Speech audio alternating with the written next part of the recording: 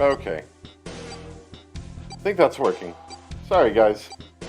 Not been a good night for not been a good night for live streaming.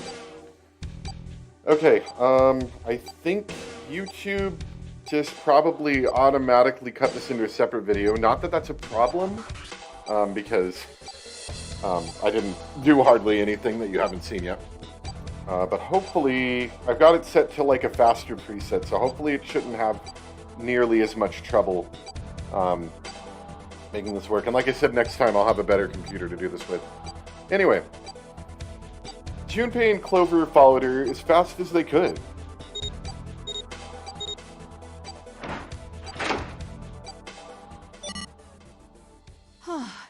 It stopped. With a shaking hand, she wiped a few beads of sweat from her forehead. Clover, however, was calm. Aloof, perhaps. Pointless. She muttered to herself without emotion and began to walk down the hallway, leaving behind a confused Junpei and Lotus. Lotus watched the girl receding back with a mix of frustration and curiosity. What an unpleasant girl. I bet she's not very popular with the boys. Her sarcasm seemed a little more biting than was perhaps necessary, but she sighed and started after the younger girl. Maybe pairing these two together was a mistake. Too late now. I better catch up to them. After taking a moment to catch his breath, Junpei followed. Oh, it's a dead end. The hallway made a number of turns before at last coming to a dead end. There's a door on the left, though. For a few minutes, they stood in front of the door, examining it. Above the door was a plate with the word laboratory engraved on it. A laboratory? Or laboratory. Oh, that doesn't sound very pleasant. I don't like the look of this place. Me either, but there aren't any other doors. It's not like we have a lot of choices. Junpei. Huh? Please, you first.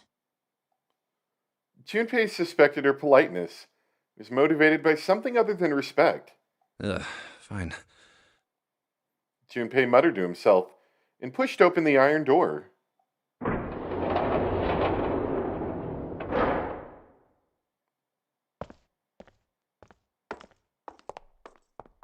His first steps inside were tentative and careful, but as he examined the room, it became clear that there was no imminent danger.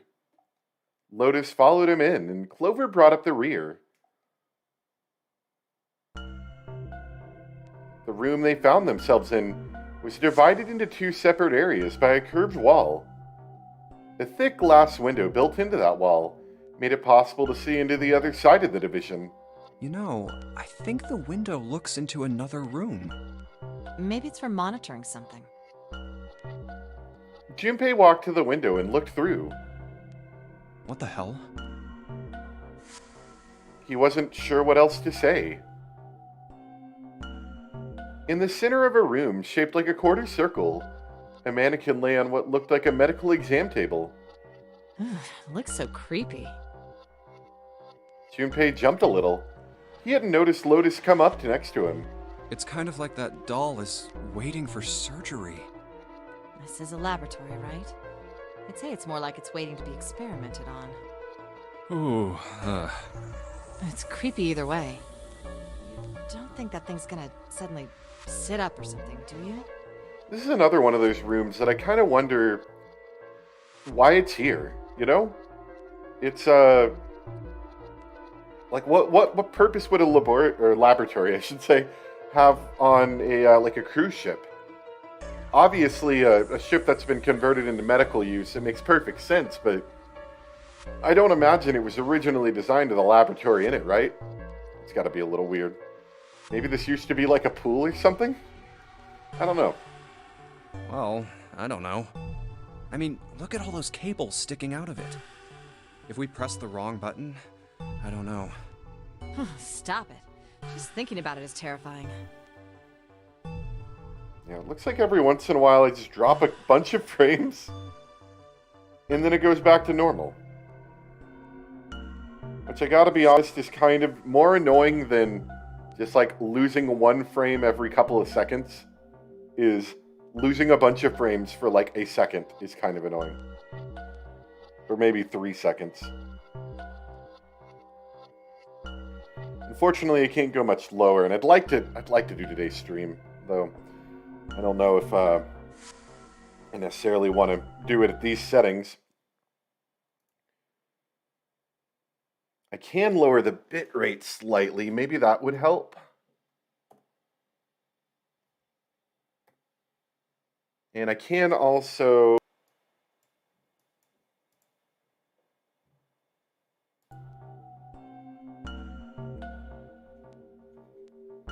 Okay, sorry. I lowered the bitrate a little bit. For some reason, when I changed the bitrate, it just decided, no, I'm not gonna run anymore. And then I can also go and see what other programs I have that are using the most memory and shut them down, which would be all the programs that I currently have open. Honestly, I think this might be a memory problem more than like a processing problem. Because I'm at like 90% memory usage trying to stream here.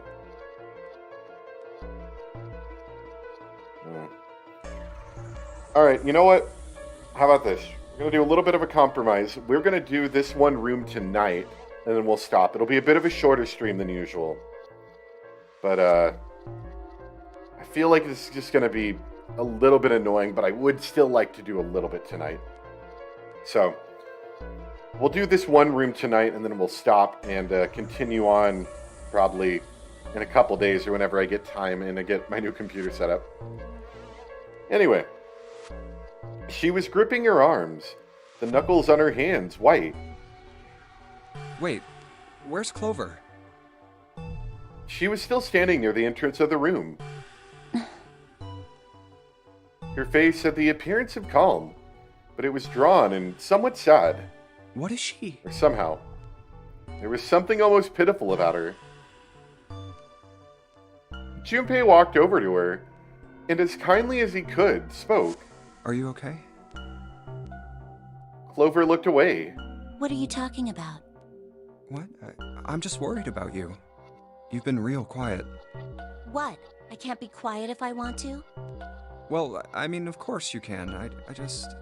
Okay then. If I can be quiet if I want, just leave me alone, okay? Come on, you know I can't do that. We gotta work together. Clover bit her lip. Junpei, you just don't get it! And was silent for a moment, and suddenly...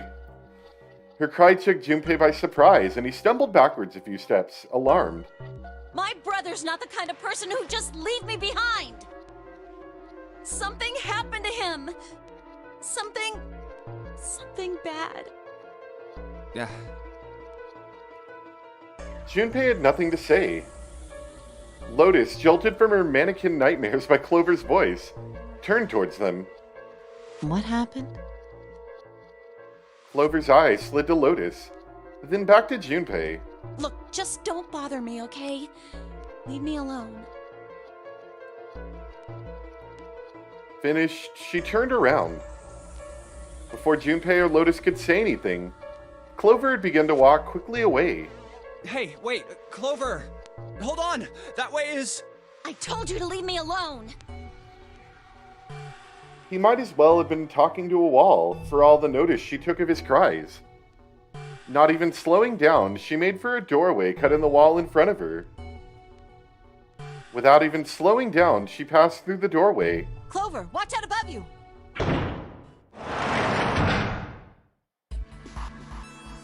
And without warning, an iron gate fell from the ceiling like a portcullis.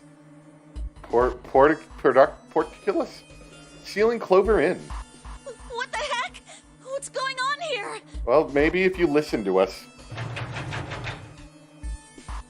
Clover grabbed a hold of the iron bars and shook them as hard as she could. Hang on. I'll get it open. Oh, for crying out. You'll never do it on your own. Junpei grabbed the bars and pulled. In a moment, Lotus joined him. The three of them pulled as hard as they could, but...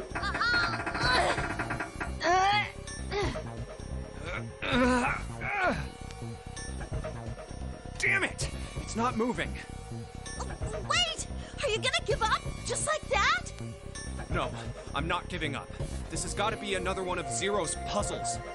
If it is, then there's gotta be a way to open it. Junpei nodded. Just what I was thinking. Now all we gotta do is find it. Lotus and I can look around out here. Clover, you're gonna have to see if you can find anything in there. Oh, yes, I'm on it.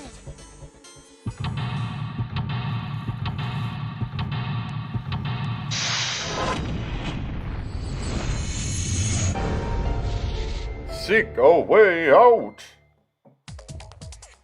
Alright. Last little tech thing I'm going to try to do here. I'm going to prop up the laptop just a little bit. See if I can give it some more airflow. I bet that would help some. Let's see. Anyway, let's go ahead. We can now try using the controller to control the game a little bit. So it's going to be similar to the mouse and the WASD keys, only I won't have to lean over. I can sit back here and relax with my controller in hand. Alright. So we're in the laboratory now. There are a lot of machines in here. And so we should probably just start looking around. Junpei, do something, please! You mean like tell you not to walk through the doorway? Alright. Quick, figure out how I'm gonna get out of here! Quick!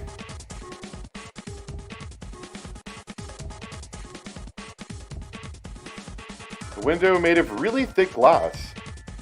I don't even think a bullet could break it. A little bit harder. Oh, I can also use, it's one of those Steam controllers, so I can use, like, the touchpad on there to move stuff around. A silver handrail. Oh, that didn't help much. See, I guess I can get a little more granular control with this. That's actually kind of nice. Oh yeah, and this music's pretty chill too. I don't know if we've had this music yet. I wouldn't be surprised if we did at this point. The silver handrail. Alright, so this lets us look into the, I guess, operating room, laboratory-ish place. I don't know what kind of table this is, but part of it's all black. There's a pen lying over here. I think someone probably used it to make the table black. Well, if only they used a pin on one part of it, if they only used a pin on one part of it, there's probably something underneath all that pin. Clover, do you think you can erase it? Yeah, sure. Oh, this is a permanent marker. Junpei, do you know how to erase ink from a permanent marker? Erase ink from a permanent marker, huh? Give me just a minute, Clover. I'll be right back. Alright, so no, we don't. Probably have to find, like, some kind of alcohol or something, I would think. It's a rack. There are a bunch of cables on it. Somebody cut the outer stuff off the cables. I can see the wires inside. Those are the stairs I just came down. The bars and the gate are just above me.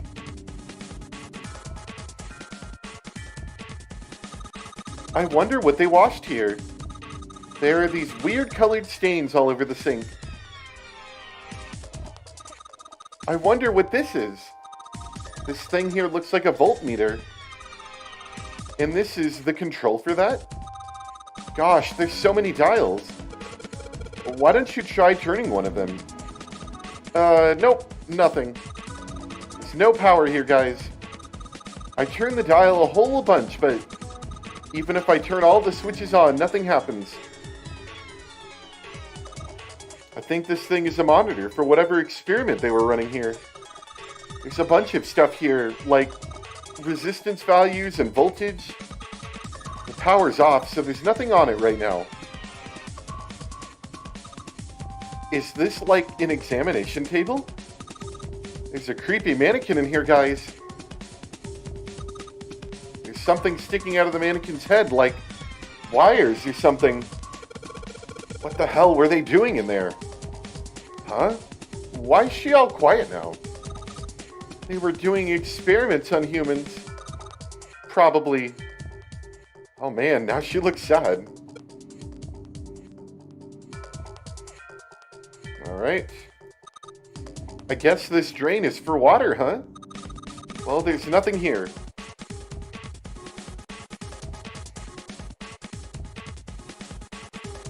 Okay, that might be everything we can get in here. Hey, Clover! There's a door over here, too! Wait, I'll be right there. I can hear her over there. Is this door gonna... Dang it! I can't open it! Clover! What about your side? It won't work! I can't even move the knob! Alright, well that didn't help much. This looks like the control for an electronic door lock. There's a red light on the display. That means it's locked. If we can get that light to turn green, then maybe we can get Clover back. This looks like the control for some kind of electronic lock. The red light is on.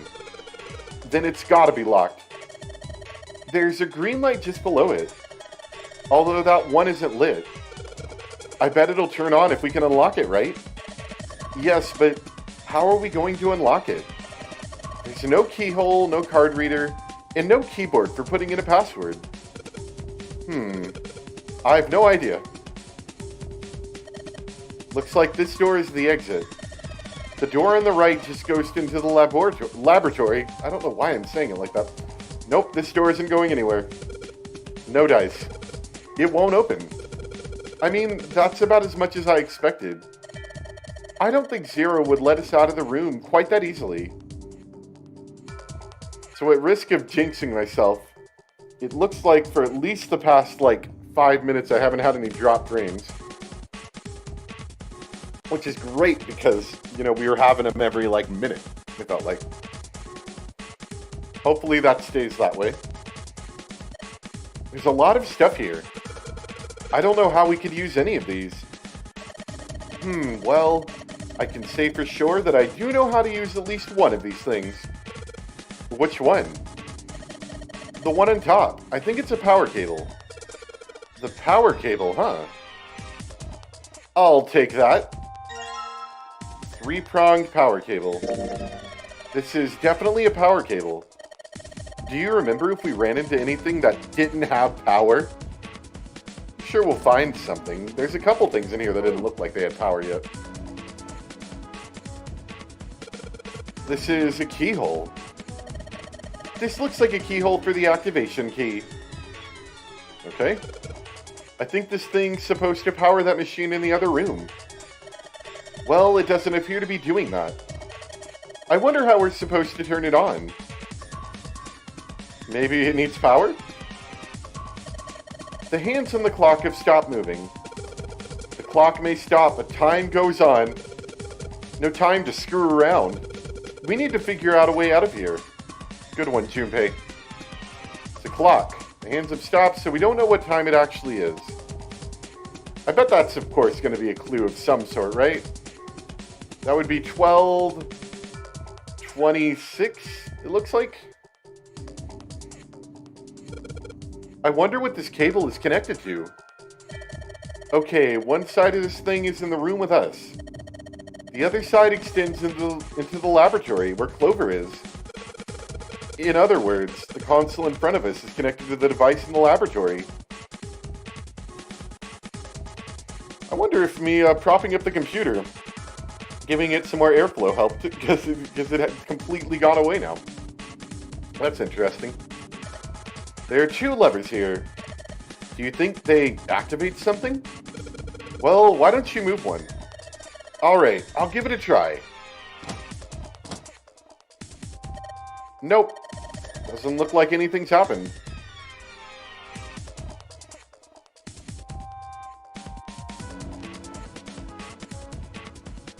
No, I'm trying to actually click over here. Okay. Doesn't look like anything else here. We have a computer monitor. This monitor doesn't have a power cable. So one end of the cable needs to be connected to a monitor. And the other end needs to plug in under the desk. Alright, let's just slip you in. Huh? Well, shoot, I can't use this. What's wrong? This cable is 3 prongs, but the socket only has 2 holes. It's not going to fit, is what I'm saying. In other words, we're going to need a plug to change the power cable to one with 2 prongs. That's right. Okay. Keyboard. The mouse. The monitor, which you can't do anything with yet. They're cardboard boxes. There's some papers and stuff in them. What's in the boxes? They look quite full. As far as I can tell, it's a bunch of notes about some kind of experiments. But it's all real technical and stuff. I don't know, or I don't really get it. It's not an old laptop. This is just it's a low-powered laptop. It's pretty new, but it's like definitely, let's just say it's not made for streaming. But it's one of the newer powered laptops that has like has pretty good built-in graphics. So I was kind of hoping that it would work. And, oh, I didn't mean to click out of that. Seems like it's working, to be honest. So I'm happy enough with it. If it doesn't give me any problems, we might go for, another 2-hour session or whatever. Okay. There's something in here. Okay. Ethanol. Ethanol. I wonder if this is for antisepsis. Oh, it says anhydrous ethanol. Anhydrous? Is that different from the regular ethanol? Come on, that's common knowledge. Anhydrous ethanol is a powerful cleaner. It can even erase marks left by a permanent marker. Okay, well that's convenient. Anything else over here? I guess that's all there is. A whole bunch of steel lockers. The 9 on the right all have little red lights on them. Red lights, huh? Well, can't hurt to give these babies a try. Yep, just as I thought. Locked tight, all 9 of them. I wonder if there's anything important in there. These lockers are a little larger than the ones in top. Let's see if there's anything useful in here. And no, nothing. Oh yeah, I did want to double check and make sure my bitrate is a little low right now. So let's make sure, yeah, okay. Video looks good. Yeah, video looks good on my end. Sorry. Should hopefully be the last technical issue stop we have to make. Alright, so, we can't really do anything with the power cable, and I think we've looked at everything in here. We can, of course, give her the ethanol and try to get that permanent marker off. Clover, use this ethanol. You should be able to wipe off that permanent ink with it. What am I gonna wipe with? Oh, well, your clothes, of course. Ha! Just kidding, just kidding. Please don't look at me like that. You're scaring me. Do we need to find something for her to wipe it with?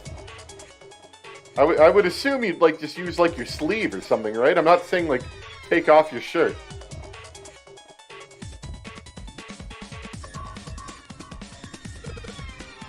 You wipe off that permanent ink. Look, Clover, right now, at this moment, you're the only person we can depend on. I'm trusting you with this. You trust me? I feel kind of special. Okay. I have to get Clover out of here now.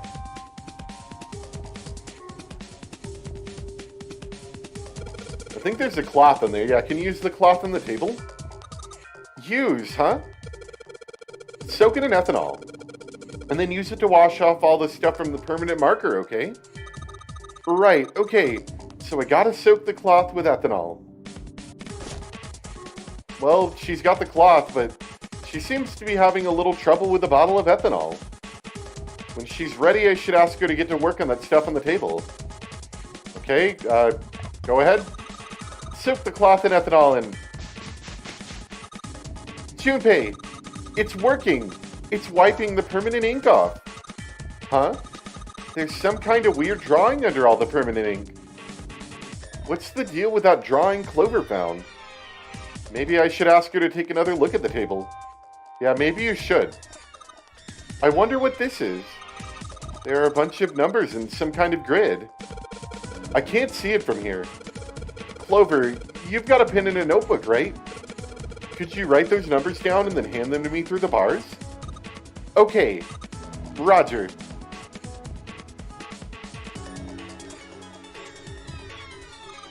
Here, Junpei. I wrote down all the numbers from the desk on here. Paper with numbers on it acquired. Alright, let's take a look at that. I think, yeah, that's the button. Clover's note. The note Clover copied from the stand in the laboratory. It has 4 numbers written in 9 separate cells. So I'm sure that'll be useful, but that doesn't solve our power plug problem at the moment. To be honest, I'm not entirely sure we've got any kind of method of putting in a code yet. How are the power cables over there? Huh? Well, what do you mean? Does the plug... Oh, I see. Does the plug have 3 prongs or 2? I don't know what you're talking about. Let me go look. Guess she does have to kind of crouch down to get a look under there.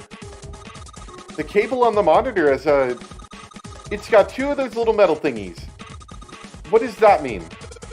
That's it. Okay, can you unplug that cable and bring it over here? Okay, but... Well, I can unplug it, but it's connected to the main computer. I can't take it over to you. Dang it, that's no good then. Well, how about just the plug? What? The plug? Well, maybe more like a connector. It's sort of thing that makes the plug with the 3 metal thingies plug into a plug with 2 metal thingies. Still useless?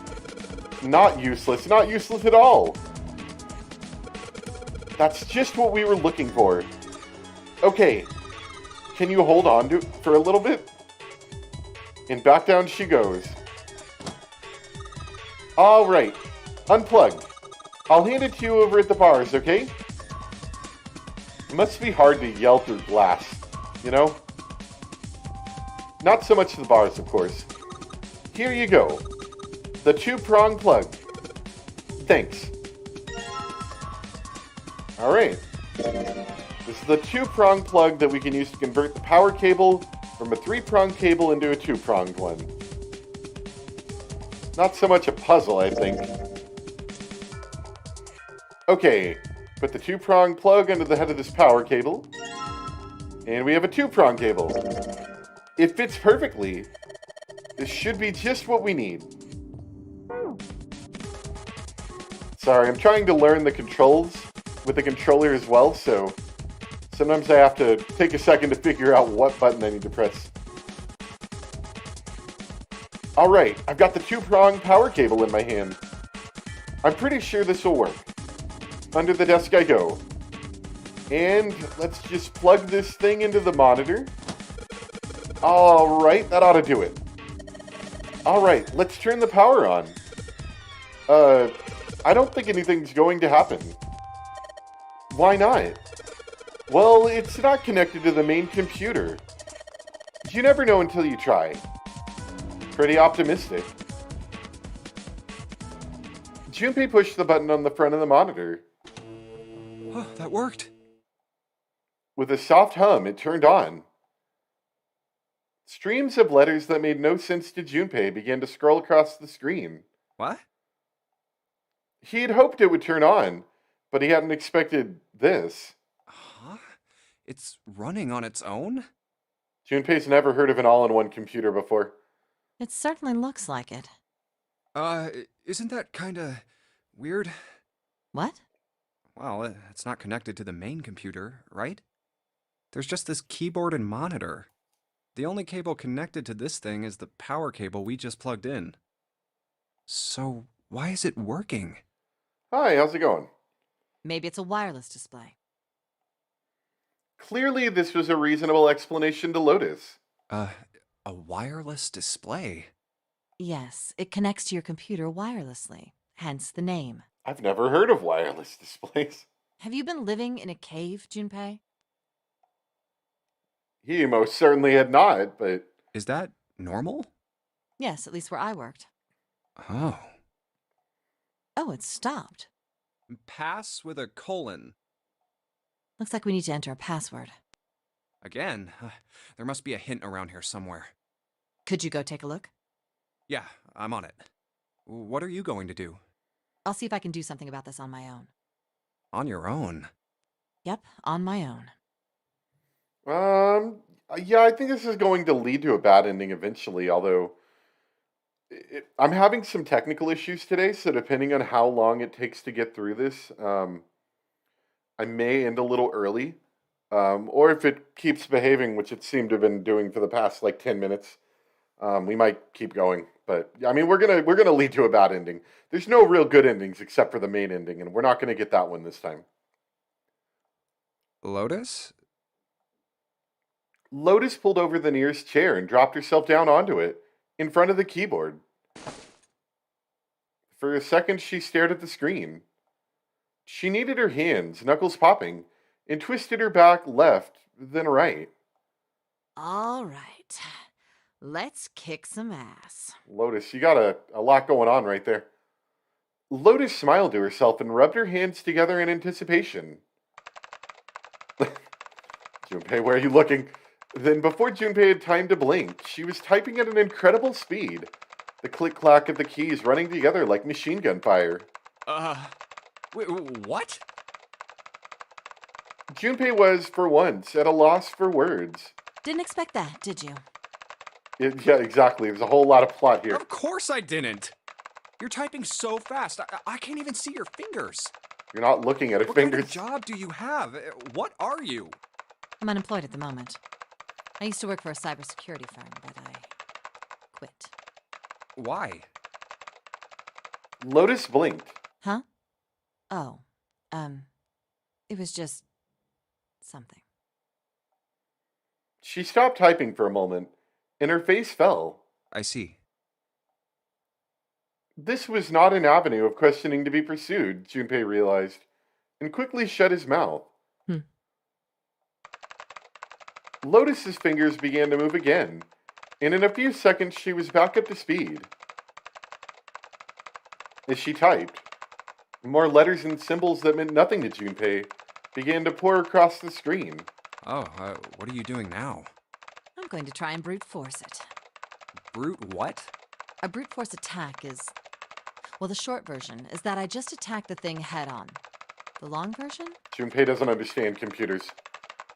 Without looking up or slowing down, she began to explain. A brute force attack is one of the simplest ways to break a cipher. It checks every possible combination until it finds the right one. For a complex cipher, it can take a very long time. I'm writing a program that would run an attack like that on its own. It's not the most elegant solution, certainly. But given the circumstances, there isn't much else I can do. Even as she talked, her fingers never slowed or missed a key. Junpei couldn't help but feel a little odd. Oh, but back to what we were talking about earlier. What were we talking about? The wireless display? It's kind of strange if you think about it, isn't it? How do I put it? Well, let's say you write a program that calculates an addition problem for you, all right? So you enter 1 + 1. The screen will show you 2. See? Isn't that strange? No, not really. Oh, come on now. Of course a caveman like you would think it was strange. You said so just a minute ago. You're just not getting it, are you? Who calculated 1 + 1? The main computer, right? You said it connected to the monitor wirelessly. Yeah, but someone who grew up in a cave wouldn't know that, right? They'd probably think that this thing here, the monitor, is doing the calculating. And once they've decided that, they'll start examining this monitor. They might poke the screen or something. Ah, I see the color changes when I press it here. Then they might investigate the hardware on the inside.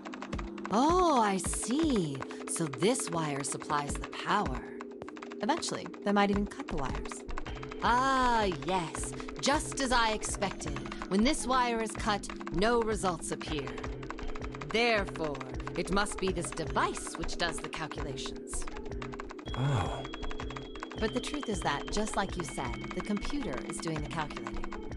But these cave people wouldn't know that, because they have no idea that the monitor and the computer are connected wirelessly. Lotus continued to type. Junpei scratched his head. So, what are you trying to say? Nothing, really. It's just, I thought maybe. What if the relationship between human beings and our brains is like that? It's kind of weird, I'm gonna be honest. Huh? Well, let's say you stick a bunch of electrodes into parts of the brain. A scientist examining the signals they send out might say, interesting. So stimulating this part of the brain causes the person to see colors. That must mean this neuron cluster controls that function. Okay, let's see what happens when I cut out this part. Ah, just what I thought. Cutting off this part causes that function to cease. Therefore, human thought processes must occur in the human brain. See? Doesn't it sound the same? Junpei has no idea what she's talking about. Maybe the brain is just an output device, like this monitor. Maybe our thought processes actually occur somewhere else, in a main body. We just don't know it. We never even think about it. Just like those cave people wouldn't know about wireless communications. We can't imagine that there's some unknown medium that transfers information into our brains, where we experience that information as thoughts. Junpei didn't say anything. Not so much because he had no retort. No, her argument just seemed silly, and he was a little surprised to be hearing something like it from someone like her. The brain is just an output device. Human thought actually occurs somewhere else. That's just crazy talk. Did Lotus really think that, he wondered. It was a little creepy, Junpei thought. It sounded all together too much like a bizarre cultish religion. Maybe that's the cause of Seven's amnesia. Oblivious to Junpei's increasing discomfort, Lotus continued. If memory is actually stored somewhere else, in some sort of main body somewhere, maybe he hasn't forgotten anything at all. He's just having a difficult time accessing his memories because the monitor, his brain, has been damaged. Huh. I suppose that would explain aphasia and blindsight, too. Perhaps they actually can speak or see. The monitor just isn't functioning properly. I guess people with prosopagnosia could be suffering from the same thing. Wait a minute. What? Did you just come up with all this, or have you been thinking about this for a while? He knew what aphasia was from watching medical dramas on TVs. In Blindsight was easy enough to guess, but he'd never heard the word prosopagnosia before. What? You've never heard of prosopagnosia? Prosopagnosia? Lotus spun around in her chair to look at him. Junpei just shrugged and shook his head. No. What is it? Well, put simply, it means a condition where the mind can't distinguish between human faces. In other words, my face would look the same as Clover's or even yours. So they can't remember faces, which is how most people recognize each other.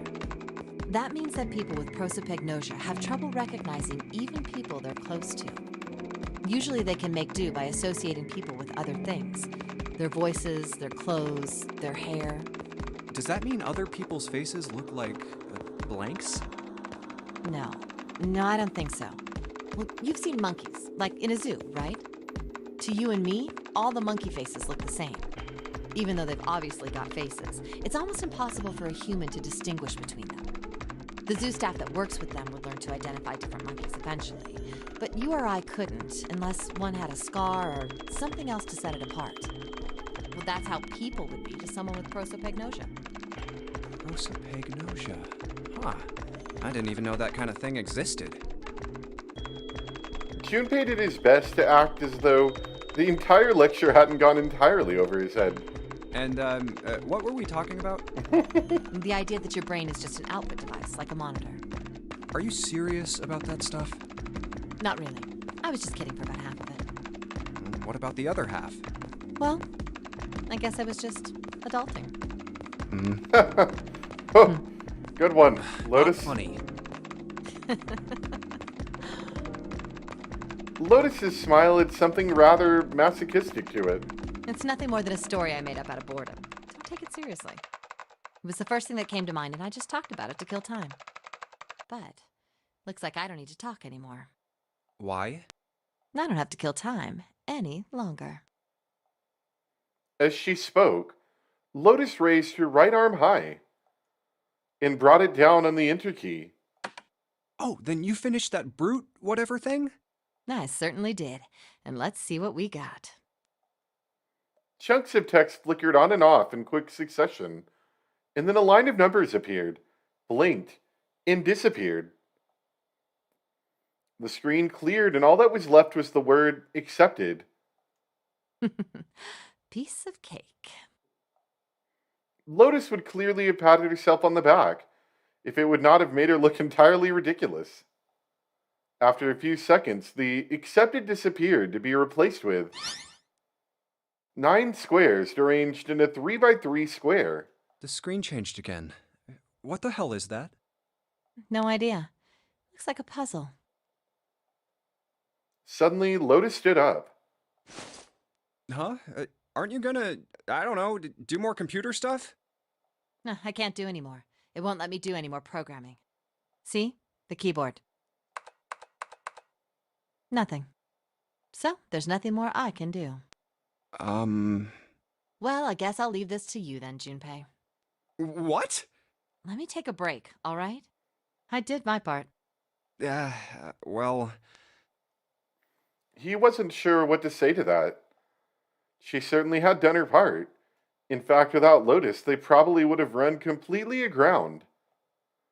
I shouldn't rely on other people so much, Junpei thought to himself. I guess you're right. Thanks, Lotus. No problem.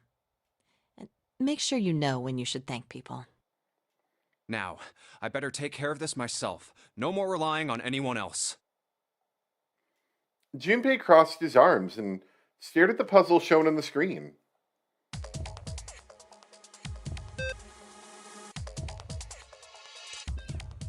I would guess this is something to do with that file we got. I wish I took a picture of it. I would assume... Yeah, okay, so this is going to be one of those where... Okay, that was easy enough. Maybe not. Alright, I solved it. Did you hear a noise just now? Yeah, I did. It sounded like something unlocking. Where did it come from? Right over here. Look, Junpei. The lights in the lockers are green. Then we must have unlocked it with a computer puzzle.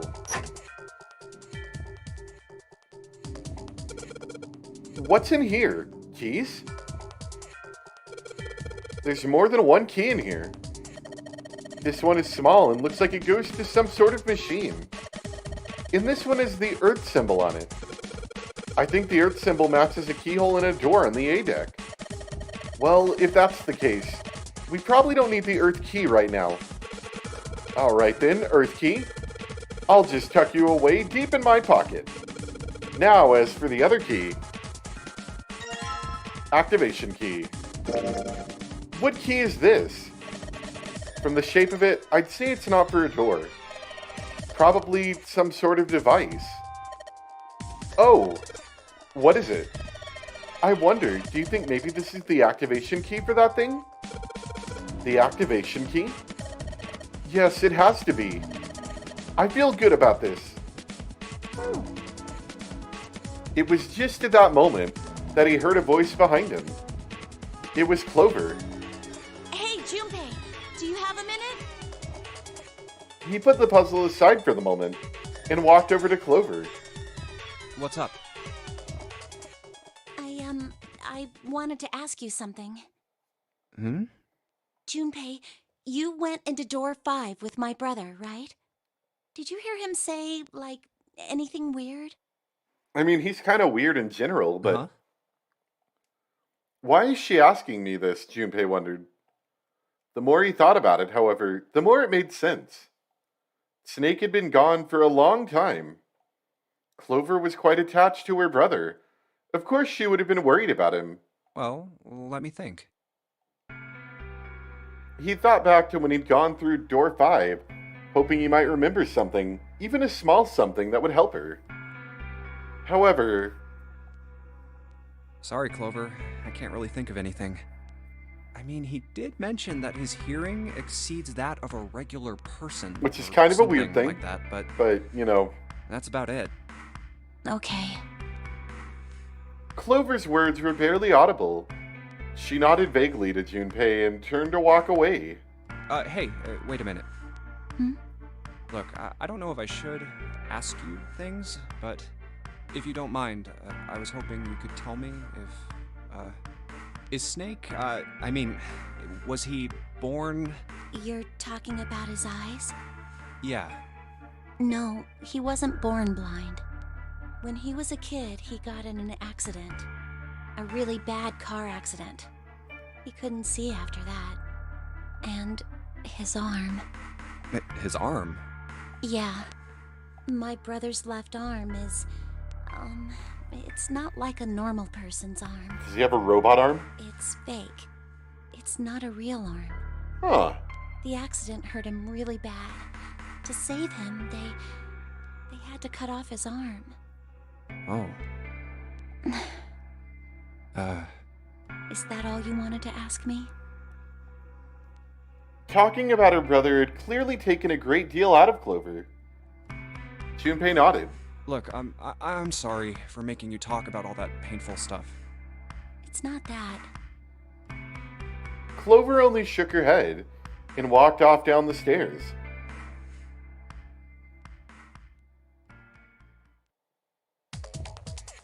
Okay, that was a little awkward. Anyway, more importantly, we have a key that I'm pretty sure goes to this computer. This key, the shape sure makes it seem like it goes to this machine. Alright, I'm turning it on. Okay, the monitor's on now. And it's full of letters. It's showing some kind of warning. Power restored to experimental device. Emergency system will activate in the event of abnormal subject behavior. Okay. It says power, okay. Typing on this keyboard isn't doing squat. Alright, well I think we know what that activated. There's a mannequin lying on the exam table. It's got a bunch of electrodes, okay? There's the monitor, there are a whole lot of cables. Junpei, this thing in here is on now. Yeah, that's because we activated the power over on this side. Could you, like, play with it a little? Okay, yeah. I'll turn this dial here. Turn, turn, turn. I don't think it's working. Nothing happened. Well, maybe she missed something. I should ask her to look around the room again. Is there anything else to look at?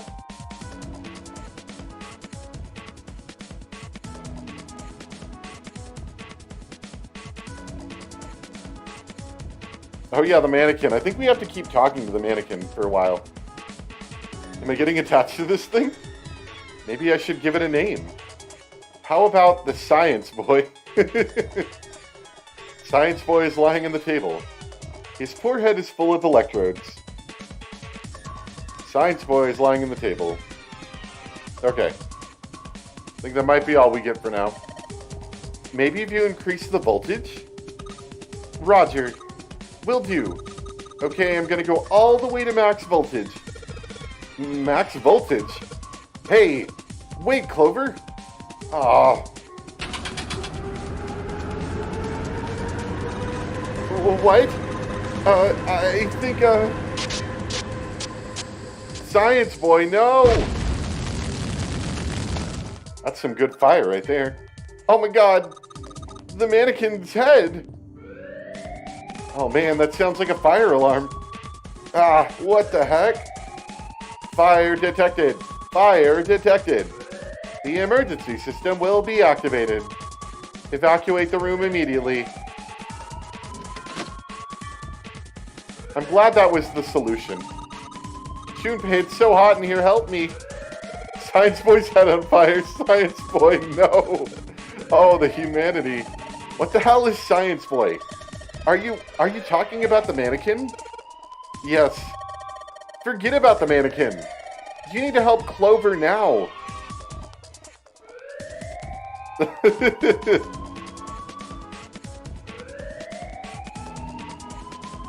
And the lights are green. Junpei, look at the light. Yes, it's green. The emergency system is activated and disabled the lock. Now we can save Clover. Junpei, come on kid, jump. She's safe. Oh man, that smoke is some serious business. Time to close this door again, I think. Clover, are you okay? Are you hurt? Dang, she's coughing so hard she can't even talk. Of course I'm not alright. What the hell took you so long, you big jerk? I was almost dead. Sorry, I was going as fast. No, we weren't. You two can do this later. Right now we need to get the hell out of here. That fire's not going to stay in that room forever. What are you doing? Not that way. So presumably when we went the other route, we took the 7 door and the other team took the 8 door, they would have had to do the same thing, right? Is there just like a fire just burning on the ship that we just were like, well, hopefully that doesn't spread anywhere else important. Junpei, Clover, and Lotus leapt out of the laboratory, slamming the door shut behind them. Whew, thank God we got out of there. Yeah, finally. Oh, yeah. All 3 collapsed against the wall, breathing heavily. Junpei's heart was pounding in his chest, and his whole body felt weak. He inhaled gulps of clear air, and with each one, he could feel his body begin to calm down. All right, let's go. Okay. I don't know, it's a little smoke. I think it's okay. They nodded to each other and started off down the hallway. Before long, they found a few new doors, but all of them were locked. Damn, none of these open. They're all locked.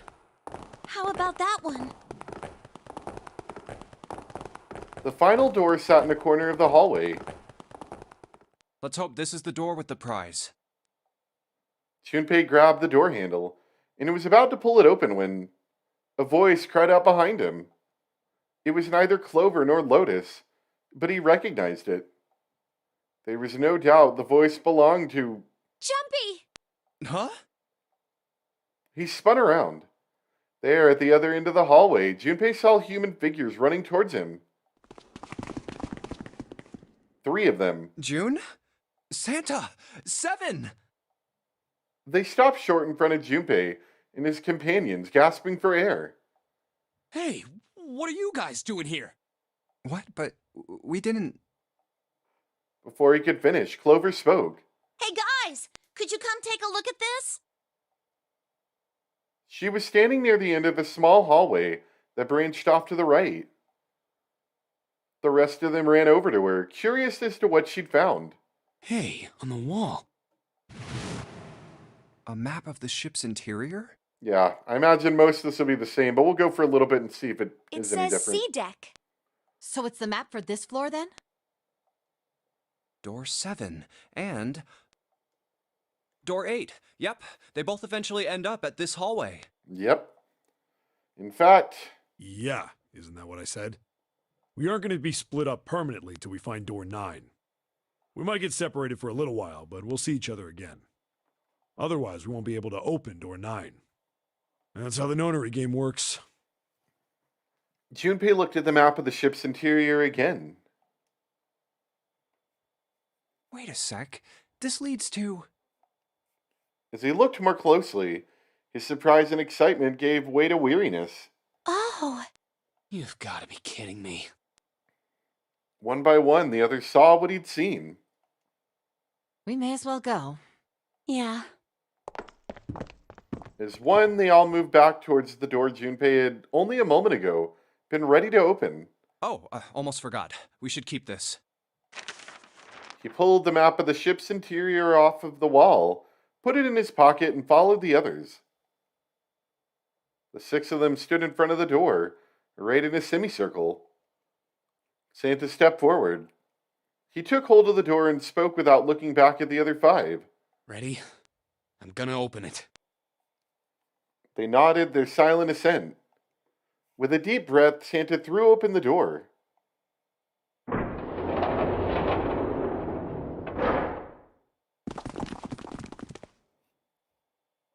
They poured through the doorway and into the room.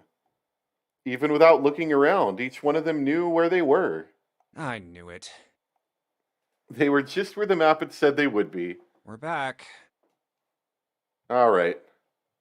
In the hospital room. I see. I believe I understand what you're saying. All right, so let me go back to the flowchart really quick. Yep, so we have gone over here. Now you notice that we've unlocked some stuff along this route, which I'm pretty sure will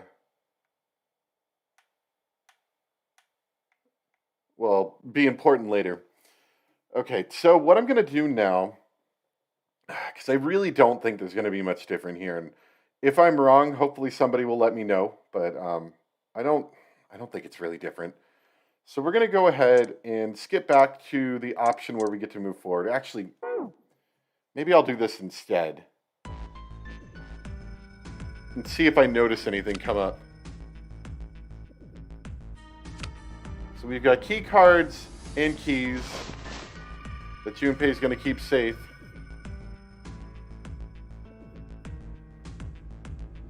And yeah, they're going to do the same thing, go back into the 3 door, where Clover's going to have, obviously, a bad time. I do wish that they had a skip only unread text. A lot of other visual novels do that. And it's just, it's a lot nicer for this sort of thing to find out if you have gone through a section or not. All right, and they're going to ask us some not important questions here. I think we're going to keep going for about another hour. It looks like I really have not dropped a frame since I elevated the laptop up and gave it a little more air. It's kind of a small, thin and light laptop, which is not really meant... Sorry, I'm opening a program real quick. It's not really meant for streaming on. But I thought it could probably do it. Yeah, and the temperatures aren't bad right now, so... Should be okay. Anyway, we're going to keep all skipping until we get there. But yeah. Definitely a, I mean, even though it's, this is the remaster, or whatever you want to call it.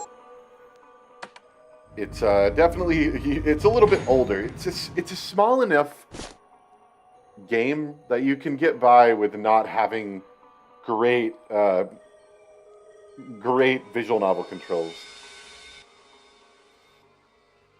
Well, so without going too technical, is one of the new line of thin and light laptops that have pretty good integrated graphics. For integrated graphics, I should say, so you can actually do light gaming. I have been doing a little bit. Just streaming is pretty hard on a low-powered laptop. I think it's either a memory problem or it could be a processing problem. I guess if the temperature thing seemed to fix it, it might be a processor problem. Anyway, so this was the conversation where June was talking about she was afraid of the elevator, and we automatically assumed that it was going to be because she'd be alone with a boy. She was afraid because the only elevator button pointed down. That meant, of course, that the elevator couldn't go any higher than the floor they were on. As he thought about it, Junpei realized he hadn't seen elevators on the A or B deck. They only convey them to lower decks. Yeah. Come to think of it, the lower floor. So it's not about the boys. Yeah, it's fairly impressive, this laptop. You can like, for not having integrated, or for not having an actual graphics card at all, I've been playing some like about 10-year-old games at decent graphical settings. And you can play older stuff and like lightweight stuff like this all day, no problem. Which is pretty impressive because I remember last time I tried to play on, just like normal integrated graphics. I tried to play Phoenix Wright on there. Tried to play and record it, and it was running really slowly. It was really bad. So, these are fairly impressive, even if, they're not necessarily built for streaming in any way. Alright, so they finished their trip into 3. They found Dead Santa. Not having a good day. Clover seems like she's particularly having a bad day, I would imagine.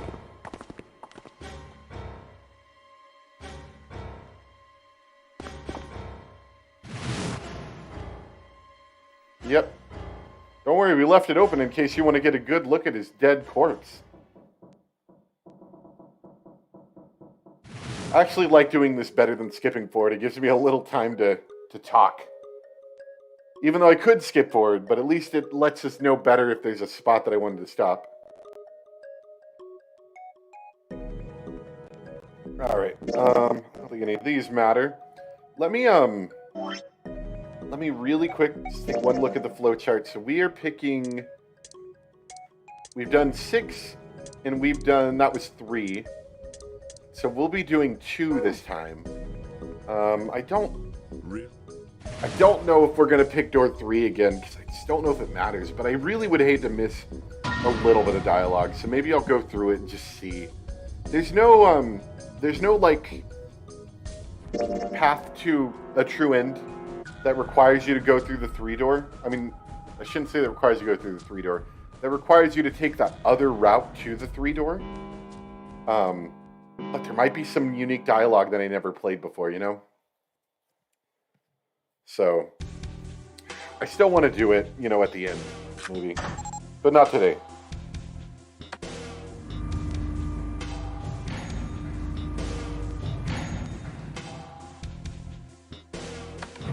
Alright, yeah, so this is us checking off everything. That's the 2-door.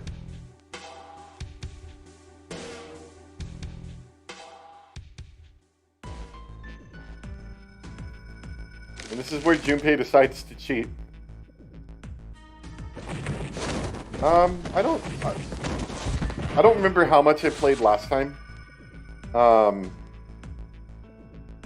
But I mean, you shouldn't really grab too... I'm gonna be honest, you shouldn't grab too much from all this. Door 1, 2, or 6? Wait, what's door 1? Hold on. I can't go to files, so I'm glad I looked at it earlier. We're gonna go for door 2. But you shouldn't have seen really anything that you were gonna be spoiled on, per se. Anyway, we're gonna pick door 2. It's door 1. I don't remember. Let's pick door 2. My choice is door 2. Santa was unconvinced. Hey, wait a minute there. You cheating? Cheating? Cheating? I'm asking if you changed your number after you heard what doors we wanted. How could I do that? I wrote it down on the paper earlier. Wow, Junpei, you sound very convincing. Let me see that. Sure, here. Junpei shrugged and handed it to him. Santa examined it furiously. The others peered at it as well. As they did, Junpei quickly slipped the piece of paper he'd been hiding into his pocket. Although he'd never know it now, Santa had been justified in his suspicions. Junpei is a bad man. I just want you guys to know that. Junpei had switched papers. I had 3 pieces of paper ready. For doors 1, 2, and 6. And I put the one with door 6 on it into the pot. He put a small mark on it, so that he would know which one was his. I just needed to make sure I drew last. After I saw everyone else's result, I just chose whatever door I wanted. If the number I'd already put in matched, then I didn't have to switch the paper out. He is a bad man because he's like cheating at this stupid paper game so he can get whatever door he wants. Well, what does it say? He fought the urge to smirk. You got lucky.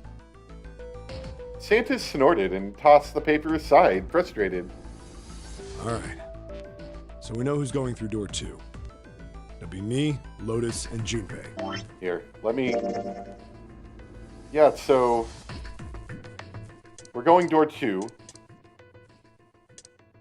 Oh, wait! Wait, that's the 2-door? Hold on. The 2-door leads to the 3-door? Oh, maybe I messed that one up. Well, I guess we're going to do it now then, and then if it ends up just quickly leading to this, then we'll go back to the 1-door. Whoops. Sorry about that. 7 plus 8 plus 5 equals 20. Problems, the other two teams. June and I want door 6. Clover and I choose door 1. That's not good.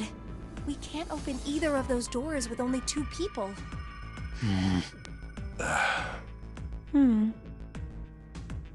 Everyone was silent. Then suddenly, Clover spoke, her face blank and cold. Why don't Santa and June go into door 1 with Ace? Huh? Well, They looked at one another. 3 plus 6 plus 1 equals 10. 1 plus 0 equals 1. Finally, Ace spoke. Then what will you do, Clover?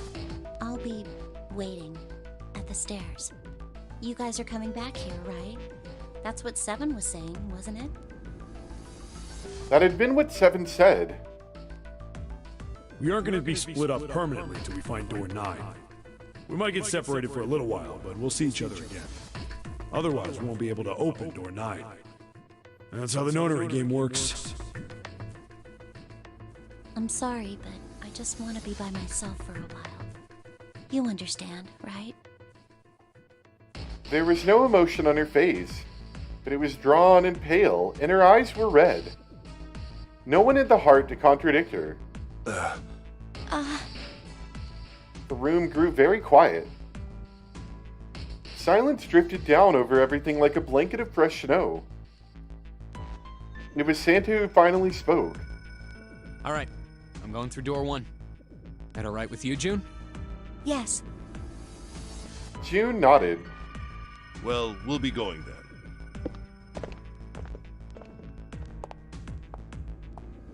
Let's move too. Yeah. Right. Let's go. And just like that, their paths were set. I won't see June for a while, but this was my choice. I'm just going to have to suck it up. 7 said we'd all see each other again, and I'm going to believe that. He took strength from that thought. The other group went to A deck to go through door 1. Clover joined them. Our group is on our way too. We're heading to the bottom deck using the elevators. I wonder what we'll find down there.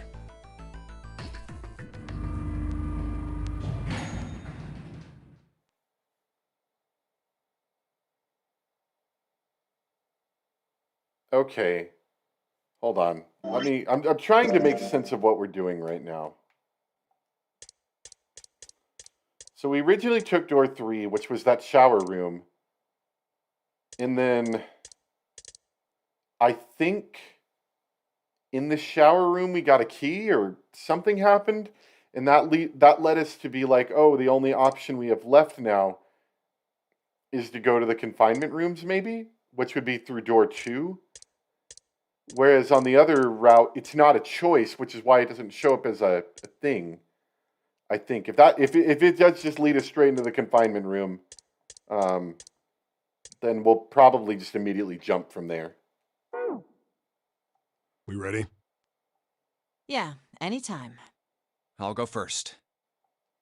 One by one, they put their palms onto the recognition device, and 3 asterisks blinked to life on its screen.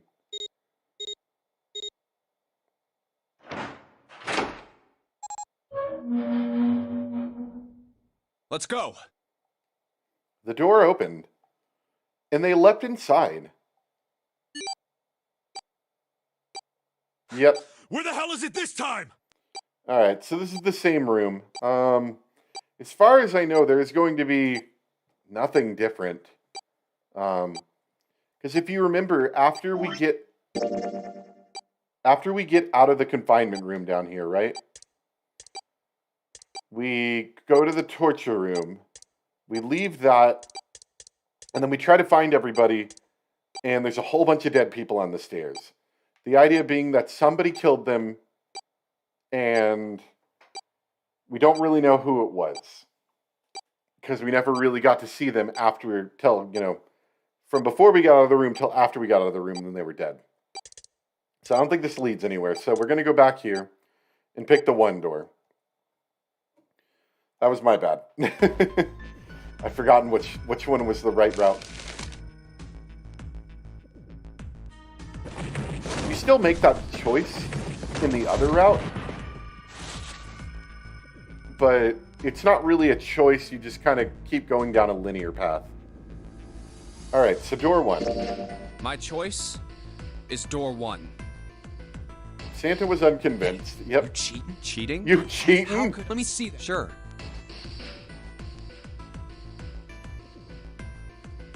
I had 3. I just needed after I if the number. Yeah, that's all going to be Well. the same. Oop, I think I might have clicked out of the game. Maybe. Or the game decided to crash. Oh, You That was got weird. lucky. I'm not sure if something crashed or what happened, but It will be our only. June and I. Lotus and I. That's not, we can't. Oh, Fine. 7. Sure thing. I didn't really decide, right, June? I don't think I skipped anything yet. Maybe. Oh, Lotus Pig. is upset. You just wait and see. Her eyes were the eyes of a woman prepared to kill. A shiver ran down Junpei's spine. Calling me old. This is why men are such a pain in the ass. They're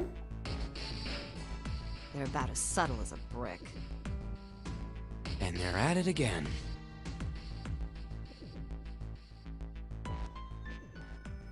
Even after they separated at the staircase, Lotus was still muttering angrily to herself. I'll see you later, June. Jumpy. Circumstances dictated that Junpei and June would have to part ways again, but this time it didn't sting quite so much. Don't make that face. It'll be like what 7 said. We aren't going to be split up permanently till we find door man. 9. We're going to make sure to keep repeating that at every opportunity we get. We might get separated for a little while, but we'll see each other again. Otherwise, we won't be able to open door 9. That's how the notary game works. Seven's words took a weight off of Junpei's shoulders and felt much better. It'll be fine. I'll see you soon. All right. See you later. Lingering uneasy remained, but they went their separate directions without much trouble.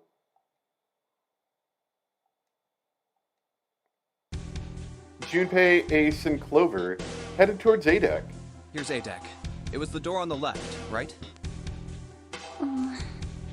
That should be it, yes. Then here we go. It opened, and they walked through. It's just as Santa and Lotus said. At the end of the hallway sat a door with a large red 1 upon it. A numbered door. To the left of it, bolted to the wall, was the red. There's the red. I'll go first. Ace went first and waved his wrist over the scanner panel. Now the two of you, if you would. Junpei was next. Finally, listlessly, Clover lifted her arm. She leaned towards the scanner panel. The third asterisk clicked to life, shining brightly. Ace took a hold of the lever. Now, He took a deep breath and turned to Junpei and Clover. are you ready? Shall I pull it? Yeah, anytime. Clover said nothing. She nodded, little more than a lethargic twitch of the head. Very well then. Let's go. 3, 2, 1. I think that that weird momentary glitch we had a bit ago, that wasn't And actually on it's my open. computer. And Move it. that wasn't on my computer, and that was, I think, like an internet blip. Because it didn't say it dropped any frames. They stumbled into the room. Where is it? Frantically, Junpei scanned the room. His eyes stopped on the device that would determine whether they lived or died. There it is! Over there! Next to the door they'd come through was the dead. As one, they ran to it. They put out their hands over it as if they were fighting for it.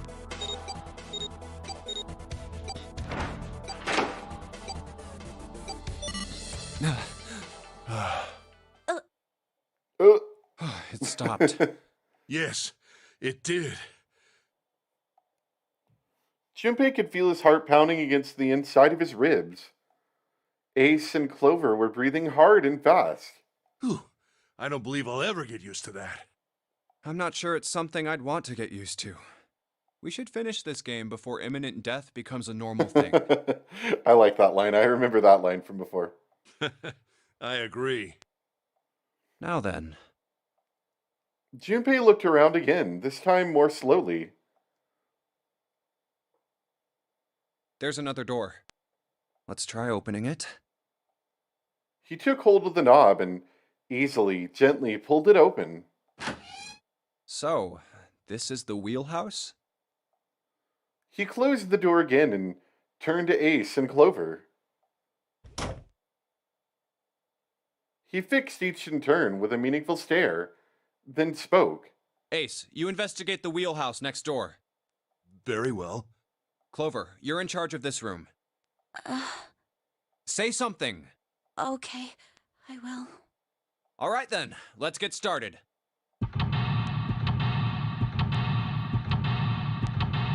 Alright, so if I'm not mistaken, yeah, we have a little bit of space to explore this time.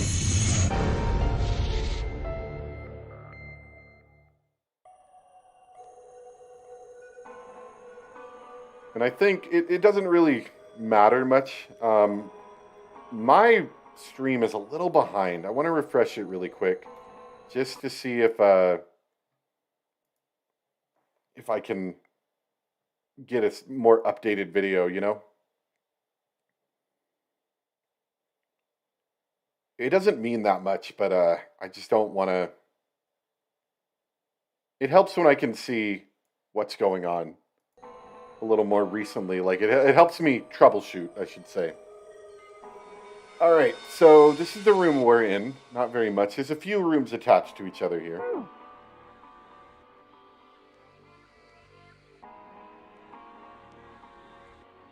It's still kind of late. It might just honestly be that weird blip we had is now causing it to run later, but it doesn't mean much because you guys will still see everything. Anyway, let's start looking around. A light. It looks kind of like a wilted flower.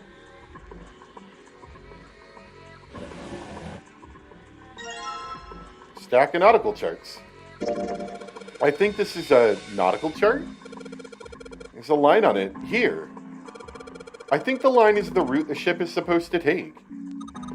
There are these dots all over the map. Oh, those are probably ports.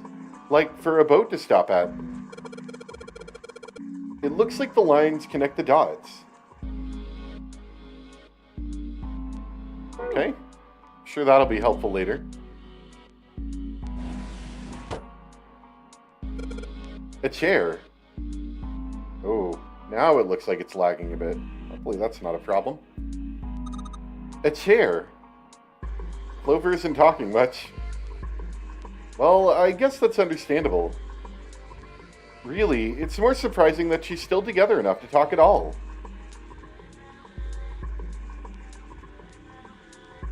Okay, there is a large portrait up here. Let me also go ahead and turn on this fan. It's a little warm in here. There's the one nice thing about streaming stuff in the winter was not having to worry about the temperature as much, but now that it's starting to become spring and summer, not even summer, but it's feeling warmer, it's a little warm in here. Okay.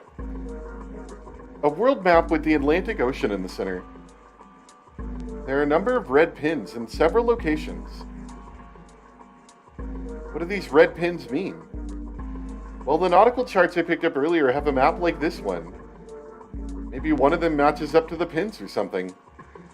Let's see. Oh, what do you know? Looks like this one's a match to the pins. Okay, so we've got 7 locations connected by straight lines. And each one has a word next to it.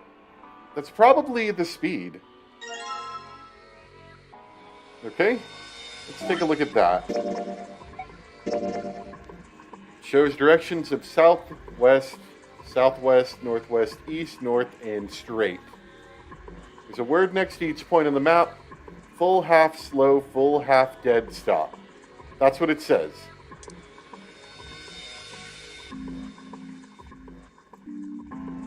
So this would likely have something to do with,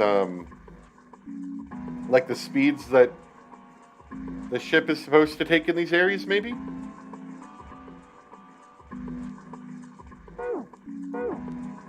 Can't really do much with that yet, but it probably has something to do with the steering wheel, I would imagine. The shelves are lined with books. Let's see what's in this blue one. Oh, I appreciate it, but you don't have to donate anything, honestly. There's something written on it. Ship's log, huh? Ship's log, huh? Hey, another file screen thing. They're really using the file screen here. The ship's log found in the chart room. The following is written on the last page. We leave soon for a new journey across the sea.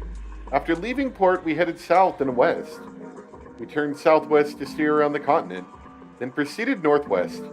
We made port, then changed our heading to east for a time and are now heading due north. Soon we will dock in the United Kingdom, the homeland of this vessel.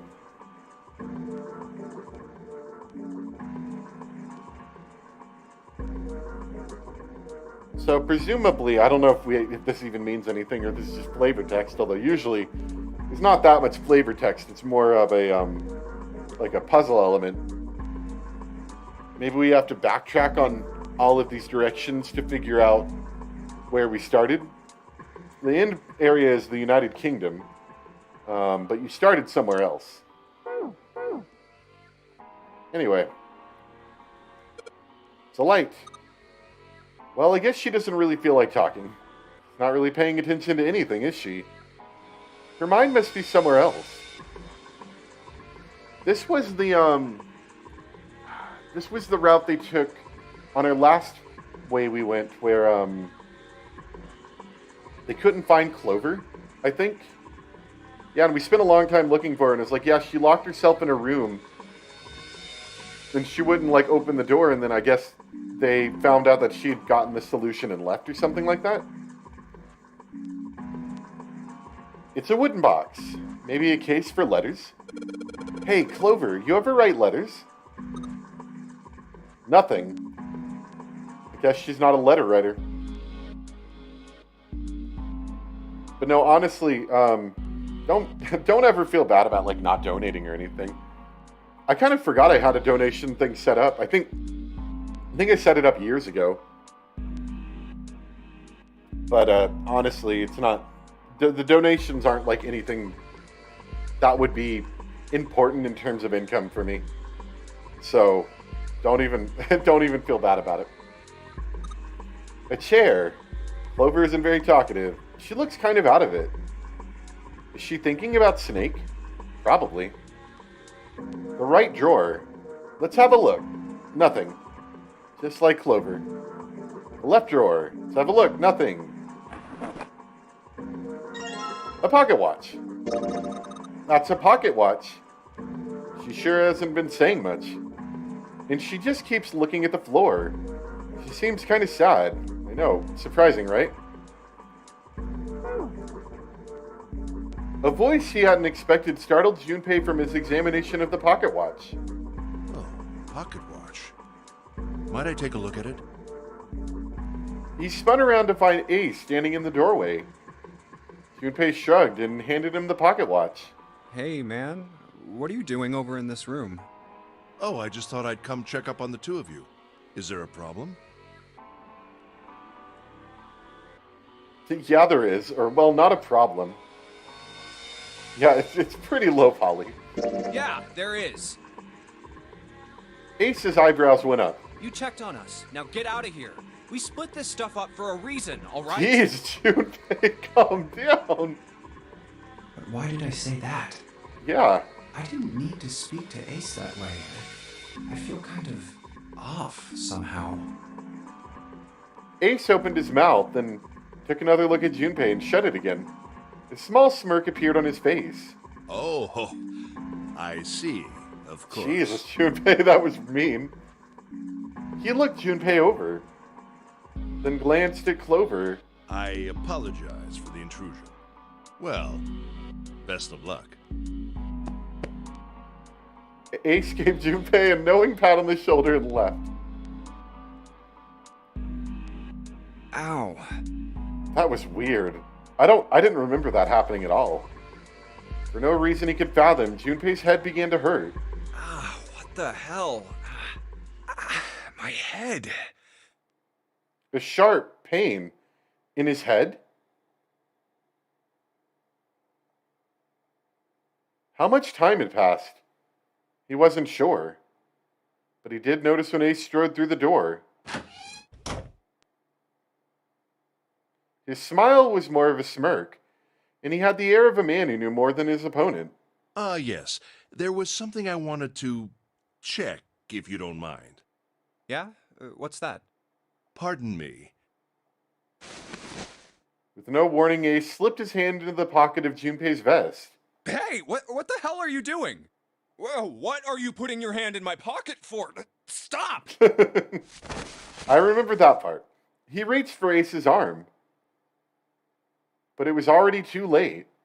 In the older man's hands were the pieces of paper Junpei had balled up and hidden in his pocket.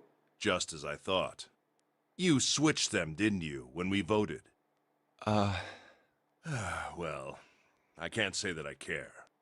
I managed to get through the numbered door I wanted, despite your mischief. Then, why did you... Oh, simple curiosity.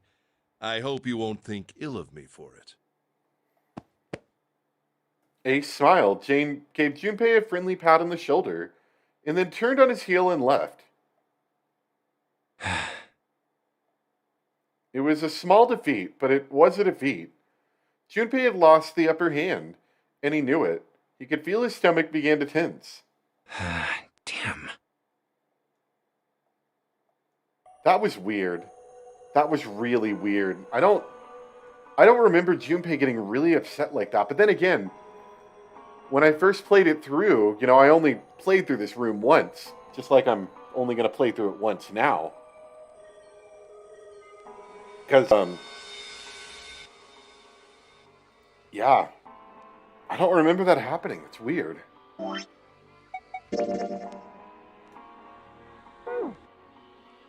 Anyway. Let's see. I think this is the door we entered in. The dad is bolted to the wall here. Junpei, are you trying to open that door? Forget it. It's pointless. I tried it earlier. It won't open. Alright, not a lot left in here. We did get a watch, though. That might be helpful. Ah, this isn't good. So many drawers, but nothing inside of them. There's another room on the other side of the window. A compass. It appears to be broken, however. You see, the glass cover has been smashed to pieces. The helm. Well, steering wheel might be a more appropriate term. A desk. Anything in the drawers? Nope.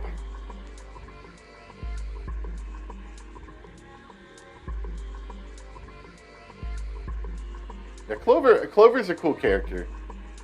So they decided to use her in some of the other games as well. Alright. What is this? Some kind of display? It looks a little like an electronic scoreboard. I imagine it was added recently. Okay. We got a couple doors here. It looks like this is the only exit. Well, that looks like it fits something. Looks like this is some sort of lock. It's got a weird shaped indentation on it. Huh? The shape. Maybe it does look like the pocket watch would fit here. Nothing. I imagine the pocket watch is intended to go in there.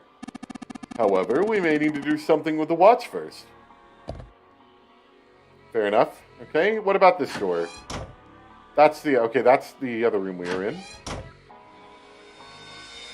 There is another door over there, it looks like. We can't go that way yet. We can turn... Okay. So we're in the front room that's on the other side of the glass. That is not shown to us terribly well.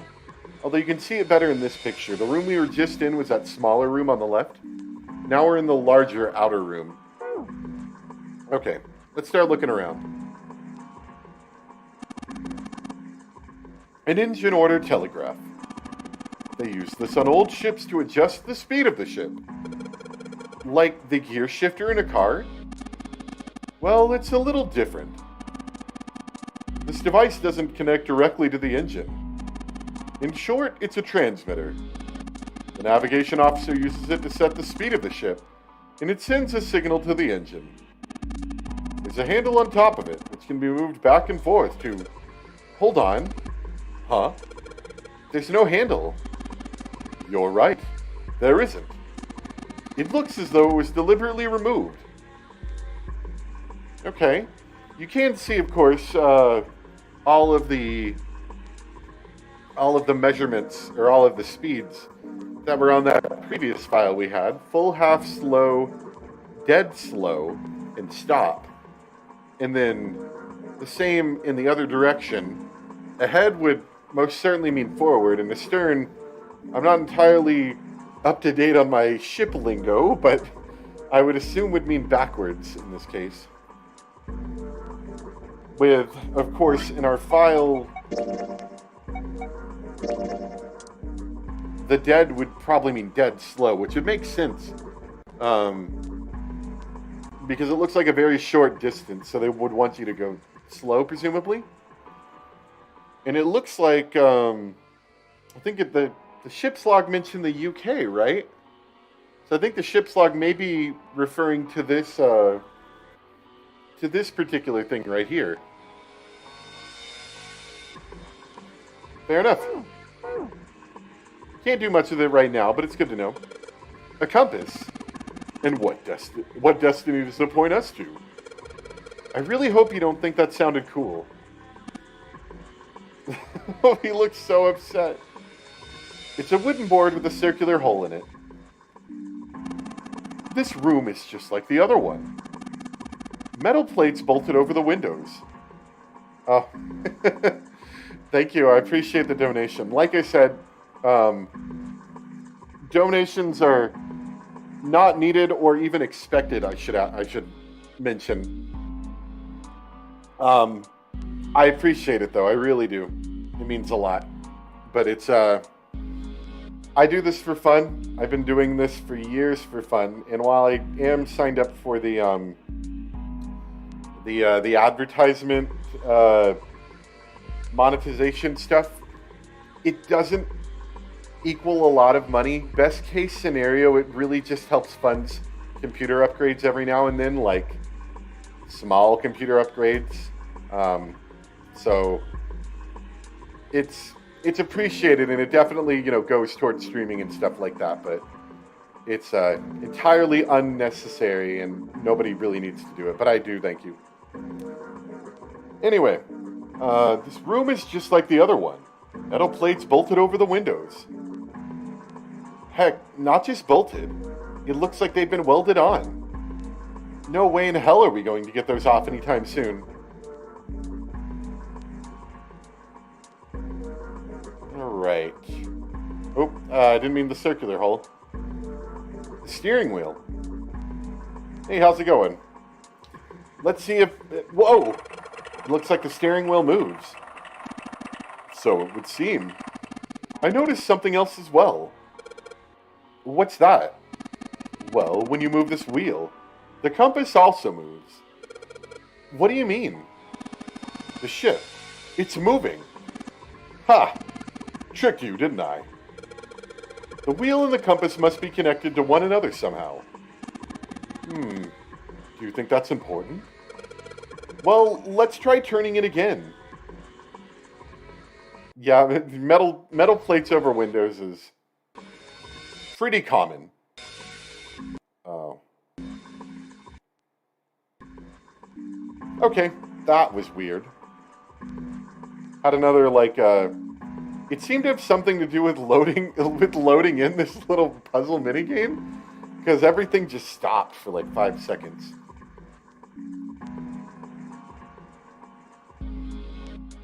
Anyway, just making sure it comes back before I continue. Okay, we're back. Cool. Sorry, guys. Like I said, ideally this shouldn't be a problem for any future streams. Anyway, let's see. So, can't pull up the file screen. That may be something I want to take a picture of. Your copy didn't do that? Maybe it was just mine. I don't know. Very weird. Anyway, I can change directions with this. More than likely it is something to do with that, that shipping route thing. Or whatever the route the ship took. So I'll probably need to copy that. I'll probably take a picture with my phone. We'll deal with that more later, though. Let's see what this other thing says, if I can click on it. Ah, human hammer.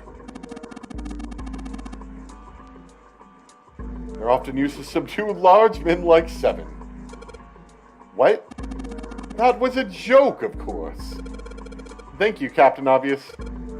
Ace, you really kind of suck at making jokes. That was rather cruel. Okay, so we need some kind of handle for this device. Can't really do much with it right now.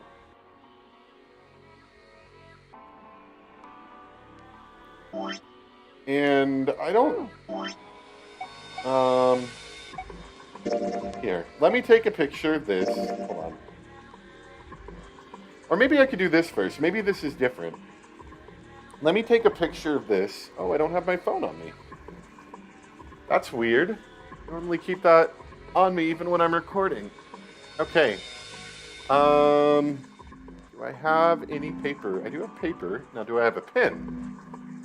This is the one nice thing I should say about having a wireless headphone and mic is that I can get up and walk around my room and not have to worry about a cable. Okay. Got a piece of printer paper here. Let's go ahead and write this down.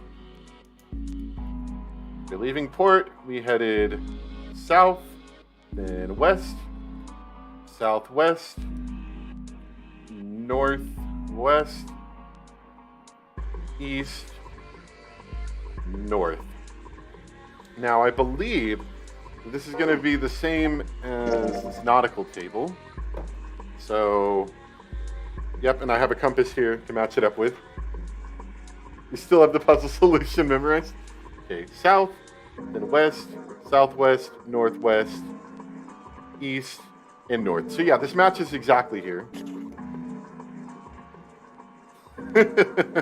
Yeah. Well, I remember, I think, writing some of this kind of stuff down and putting it, when I did the first video, the first 999 series years ago, putting it in the little notebook pages that I had on the screen at the same time. So I remember rooms like this taking a very long time to do. Alright. So I have, oh yeah, another thing. Since these are the same, I'll go ahead and write this down. For each one, I want to write down, okay, full, half, slow, full, half, dead, and stop. So that I can reference that without having to look at this. Now I can't change the speeds yet. Steering wheel, if we move it, the direction changes. Maybe if I enter directions in that order. Alright, fair enough. So first south. And you just stop it a little early so that it'll settle. Okay? West.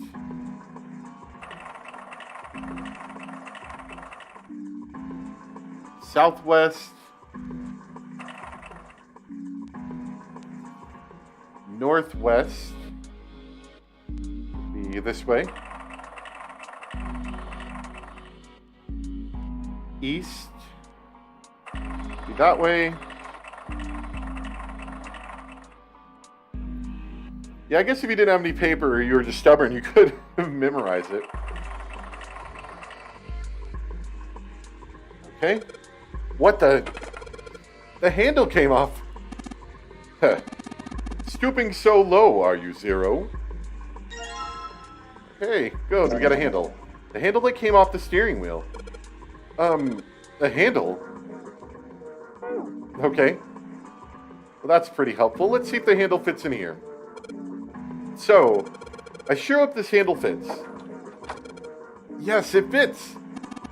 Excellent. That should allow us to operate the engine order telegraph. Let's give it a shot. Okay. So yeah, they're all forward. So, let's see. We want full. Okay, so it is saving my list of commands here. Path. Slow. Full. Dead. And stop. Is that not it? Nothing's happening. No, I don't think so. Take a look. Over there, above the door to the chart room.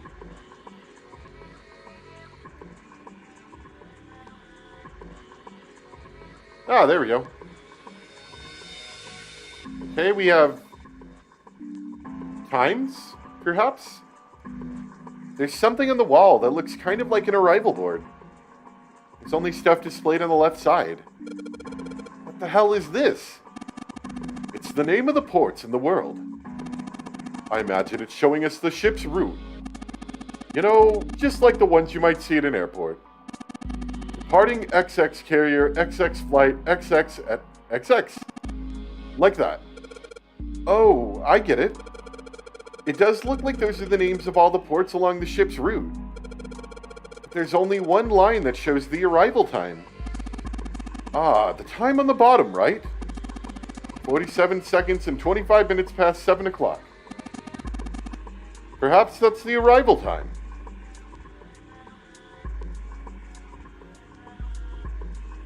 Okay.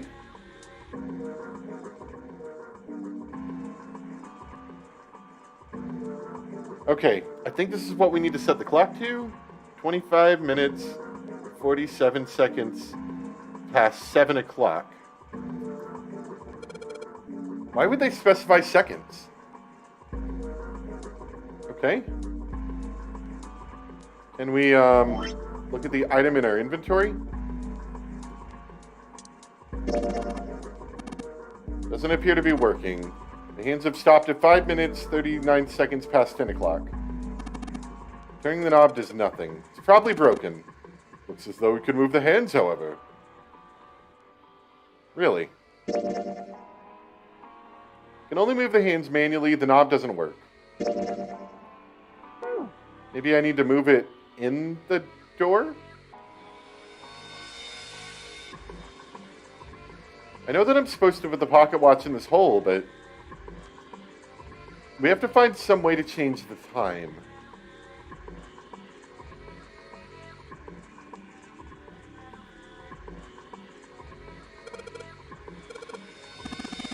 What would be the point of moving it? The ship has stopped. The point of steering it. Yeah, I know, still. Okay.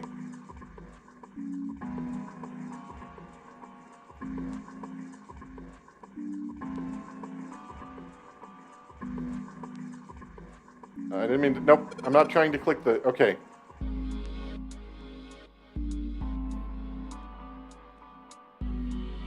So clearly I need to enter in more commands.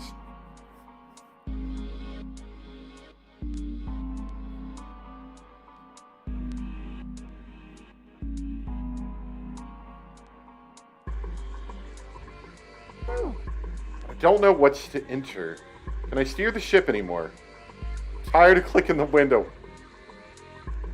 Okay, that's done. Okay, that's broken.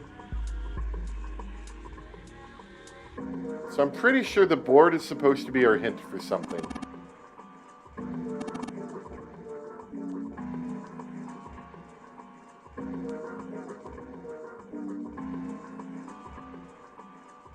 That is suspicious.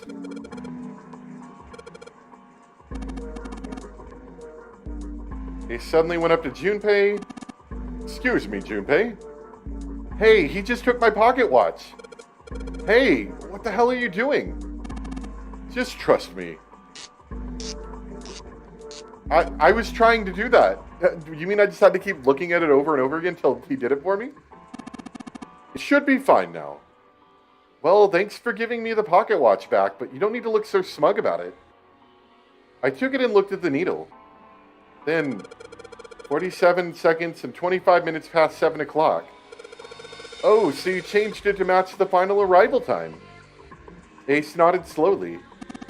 You know what to do next, right? Give it a shot. So, was that what I had to do, was just keep looking at it until he did it?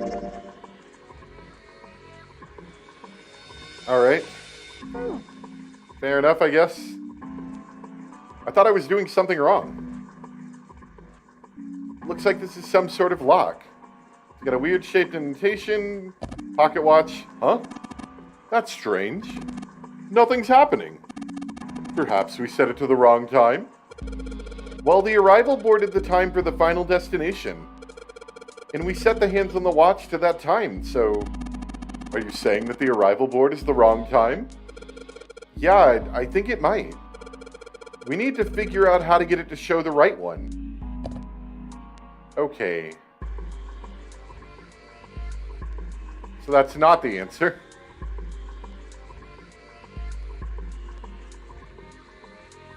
So the arrival board is wrong. Maybe we need to make it right, probably by changing the speeds somehow.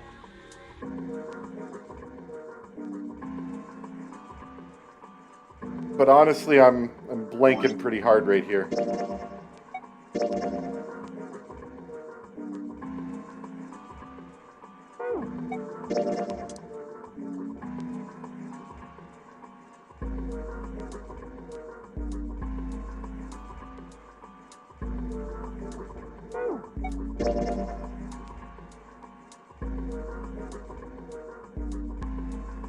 When soon dock with the United Kingdom.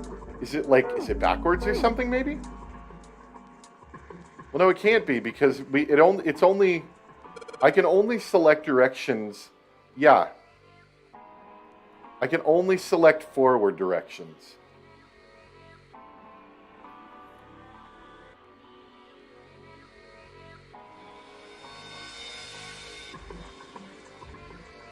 If I change the speeds from what they're written, does it make the arrival time different?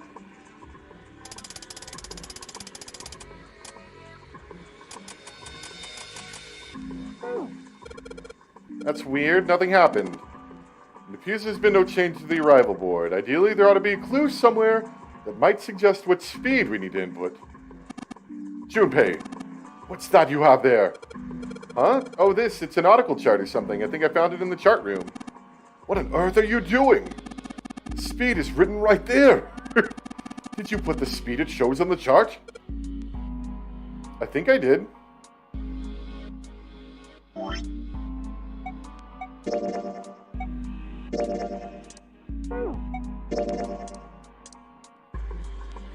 Full, half, slow, full, half, dead, stop. That's what I put, right? Full,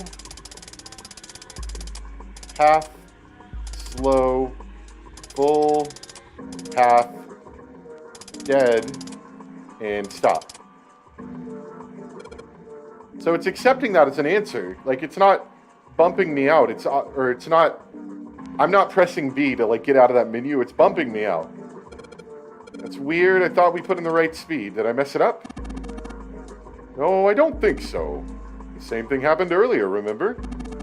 There's been a change to the arrival board. Yeah, you're right. Let's check it out. Do you have to do it twice? Okay, so only the left side's full now. Junpei, take a look. The display panel looks different. Yeah, you're right. Only the left half of it's on, though. The last line, it says the estimated arrival at the final destination is 10 seconds past 3 o'clock.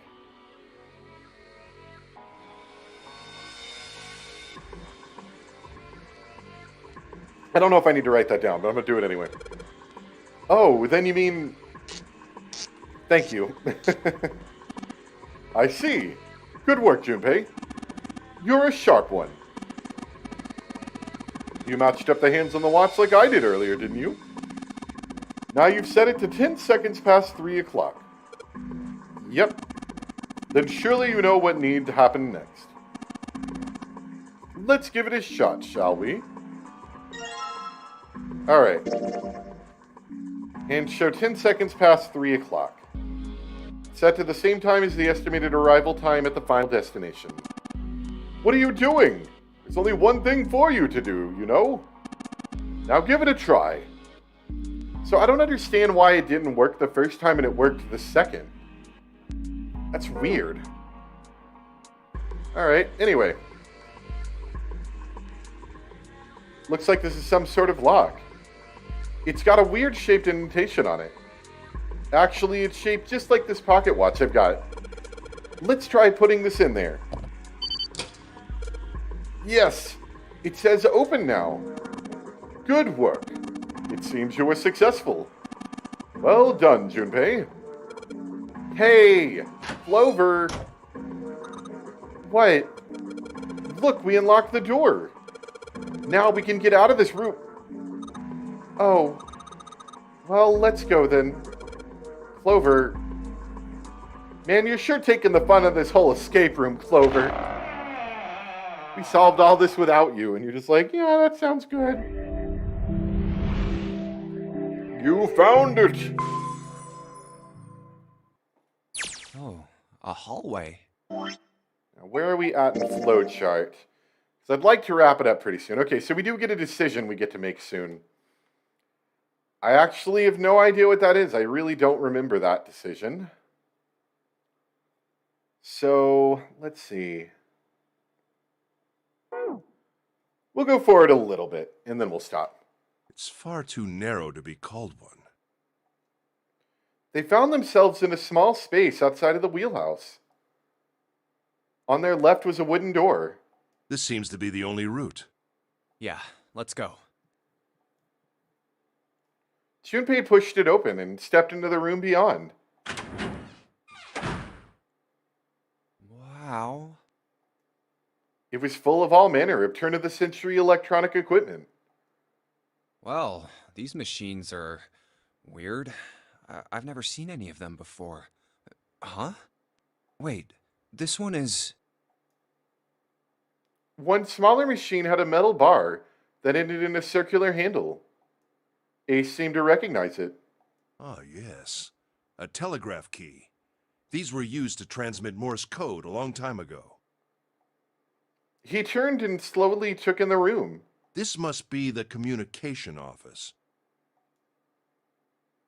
Across the room from the door they'd entered through was another door. And that door? A metal plaque was nailed to it. It read, Captain's quarters. Huh. That's what it says. Then, do you think...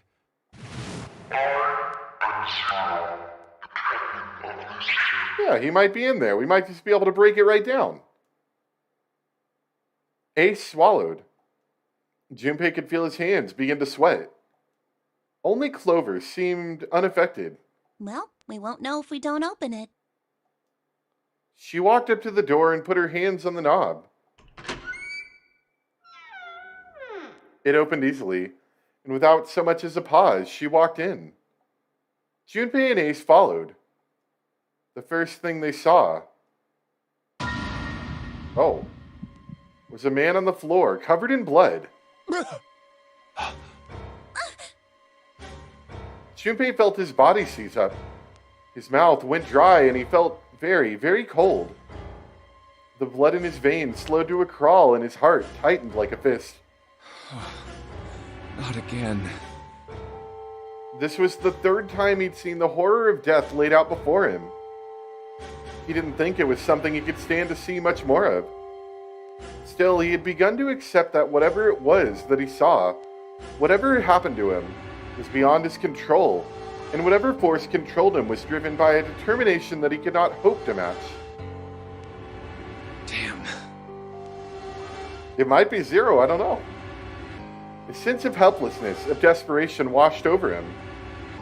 It left behind a feeling of utter emptiness that wormed its way through his body, like acid. No, wait. We didn't check his pulse yet. Maybe he's still alive. Sure. That's normally how we find people on the floor, right? Fueled by that spark of hope, Junpei ran to the man's body, and his heart fell. Oh, yeah, he's looking pretty dead. When he touched his hand to his neck, No pulse. his pupils had dilated, and he wasn't breathing. Well, he's dead. Damn. If only we knew how it happened. Junpei lifted the man's already stiff body. There was a deep red wound on his chest. These wounds. I wonder what killed him. Uh-oh. I think it dropped for just a moment again. Junpei did not have to wonder long, It must have been this. for lying next to the corpse was an axe. The entire blade of it was drenched in bright red blood. From the shape of the man's wound, there could be no doubt that it had been made by the axe. Junpei looked at the body again. A lake of blood stretched out around it. It was wearing the clothes of a ship captain, although they were stained with blood. These clothes. A captain. Does that mean this guy was Zero? On his left hand was a bracelet. The number on the bracelet was 0. Bracelet 0. Well, that would make me think it might be 0. It was only then that Junpei noticed the stench of blood that filled the room. He couldn't help but laugh. There was nothing else for him to say. It was too simple, too obvious, too straightforward. If there hadn't been a dead man on the floor, Junpei might have thought it a joke. Junpei. It may be wise to find a way out of here first. Yeah, you're right.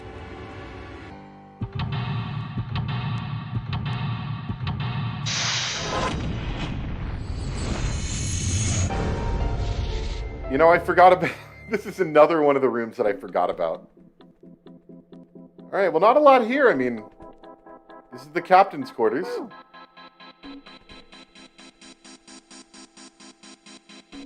And I guess there's a connecting communications room. Let's take a look at that flowchart one more time. Okay, so it looks like we are in another escape room, which will lead to a choice and then 2 endings. We're considerable portion through the game now. Like we're not that much farther from ending it, although there's a bit of gameplay. I guess there's not a lot of flowchart left. Anyway, I think we're gonna stop off here for today. It's been a little bit of a tough one today. I was kind of hoping we wouldn't have all these technical problems, but honestly, I'm surprised we got as far as we did after they started happening. And so, I appreciate you guys sticking around and watching. I know it's been a little bit of a technical issue fest. But like I said, next time, I have a computer that's supposed to be here tomorrow. So hopefully next time we do our streams, we shouldn't have anywhere near these problems, ideally. I'll still have to test it out and see. But, yeah, I mean, it looks like 0 to me. He's got a 0 on his bracelet. I don't know what else you would say would make him any more 0. But yeah, so hopefully next time we won't have these technical issues. We're still having that weird mouse issue. I don't know what that is. The controller works fine. Next time we will get, pretty sure, a bad ending. And I kind of forgot, and once again, I forgot about this room, and I forget about the next choice that there appears to be that we can make. So, I guess we'll look into that one next time, but I really appreciate you guys coming in. I appreciate the donation too. Like I said, it's completely unnecessary, but it is entirely appreciated. You know, and it lets me know that people are enjoying what they're watching, so I do appreciate it. But anyway, hope you guys have a good evening. This one's a little bit of a later stream. Next time we'll probably do a little earlier. So thanks for watching, guys, and have a good rest of your evening. Bye.